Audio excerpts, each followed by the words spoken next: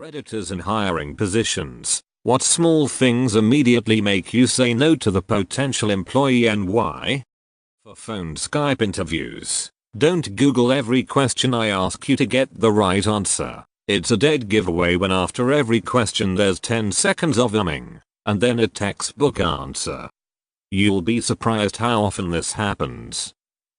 Treating everyone but the hiring manager disrespectfully. I was in a management position in fast food. I didn't do the hiring, but one minor responsibility was accepting applications that people brought in and answering any initial questions. The hiring manager always listened to the other managers' initial impressions of the applicants. So many applications were thrown out of the stack without ever being considered because the applicant didn't think anyone mattered but the person that made the final decision. I even had one lady come in and basically tell us that she would definitely be hired and be placed over us in management and that she planned on cleaning up our act. We had a good laugh with the hiring manager before tossing her app in the trash. Embellishing job applications, like dating profiles. A little embellishment is expected to make yourself look good and most people can read between the lines, but I once had a dude when writing down his responsibilities at his previous job put a bunch of things like used whisk, spatula and other kitchen utensils to circulate sauces and ingredients to bring all food to adequate cooking temperature when being prepared. It was all written like that. This guy supposedly had like 5+ years experience and best he could give me was a fancy way of saying he stirred shit. Showing up late for an interview already puts you in the hole. Not addressing it or apologizing for it will make it complete. Turn a negative into a positive and show you have accountability. Not addressing it shows you don't have respect for me and my time. I got a text message response to a voicemail I left responding to an application saying, "Hey, I'm at the Steelers game so I obviously don't want to talk about a job today. How's Monday looking for you? I'm available 8 AM to 10 AM. I didn't even respond. I called an applicant who answered, "Who is this fuck you want?" and I went on to further embarrass him by informing him I had wanted to talk about an application but never mind. He proceeded to tell me I was a lying bitch and that my area code on his caller said I was in a different city and he's no idiot. Literally the neighboring area code. So the small things, I won't hire total assholes. I'm reading this thread as a hiring manager for more or less janitorial position and we are so badly hurting for employees at that spot that we'll pretty much hire anyone that applies so long as they clear the background check and drug screen. Raggedy clothes. You're hired don't really have great answers to questions. You're hired can't really explain or give a reason for the stuff on the application. You're hired you physically showed you to the interview. Hired.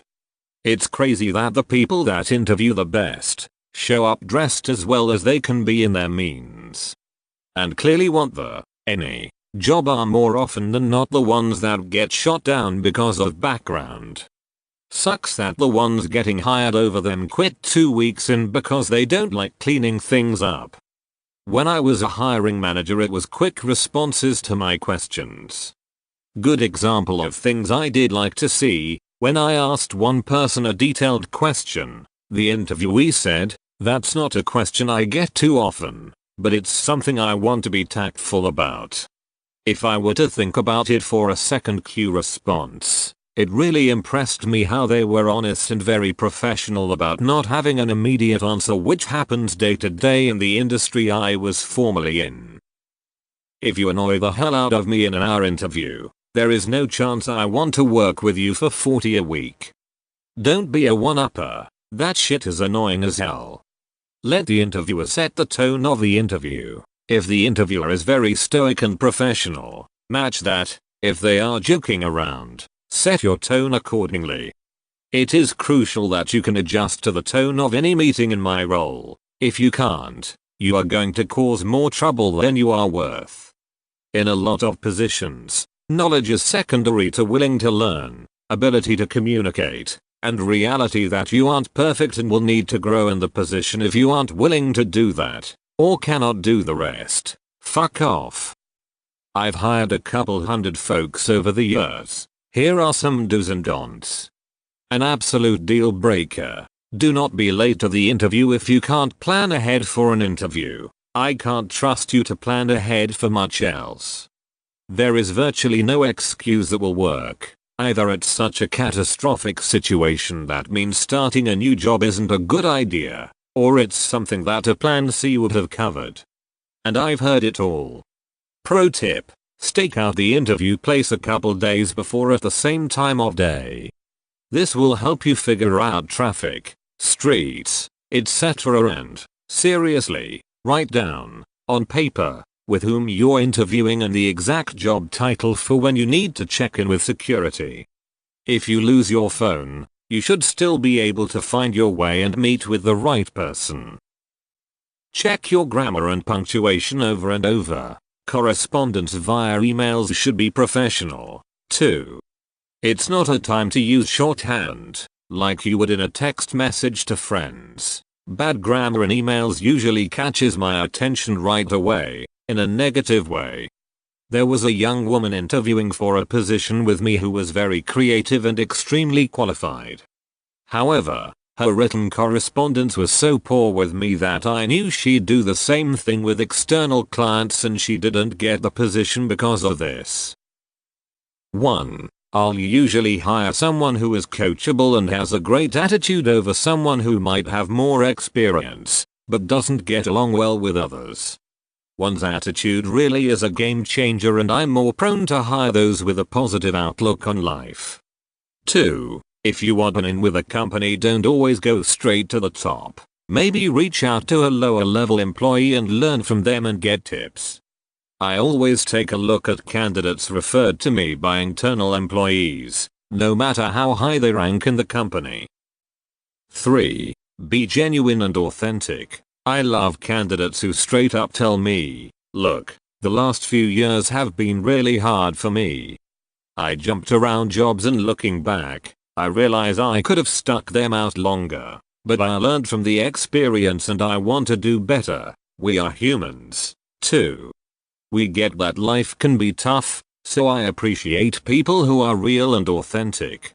4. And lastly, don't be an excuse maker and go on and on about issues. This makes me think you'll do the same in our corporation. During the interview process, be open and authentic, yet to the point and matter of fact. I believe every question can and should be answered in 30 seconds or less. What I ended up basing most of my decision on in the past couple years: parking lot behavior. I didn't care what vehicle they showed up in, but as time went on I discovered that if it took someone more than 20-30 seconds to find a parking spot and get parked, they were useless with the machinery I needed them to operate, regardless of qualifications. Likewise with guys that thought they nailed the interview and then gunned it down the road when they hit the street. I found hiring those guys always became huge safety concerns, no word of a lie. Parking lot behavior ended up providing me with about 50% of the info I wanted on hiring a guy. Once saw the guy park in about 15 seconds flat. He also left the parking lot in the exact same manner he came in. Totally bombed the interview, and the Homer Simpson tattoo didn't help, but the guy ended up being my trainer on a few pieces of equipment. If I'm gonna trust you with 5,120,000 lbs of machinery, I better see that you can operate your own vehicle. I won't hire people who are instantly resistant to feedback. I made that mistake in the past. I hired someone extremely talented who didn't require much oversight. But the smallest thing would make her so defensive, and it made things very adversarial and uncomfortable. She was awesome at her job, but that dynamic was terrible, and I had to spend insane amounts of time just trying to shape our relationship into something positive and collaborative. Show me you're smart and want to work together and that we can create cool things as a team. The whole point is to combine talents, bring out the best in each other, and support each other to help each person grow creatively and professionally, not to go isolate yourself. Do your work. and insist it's perfect just the way it is 100% of the time.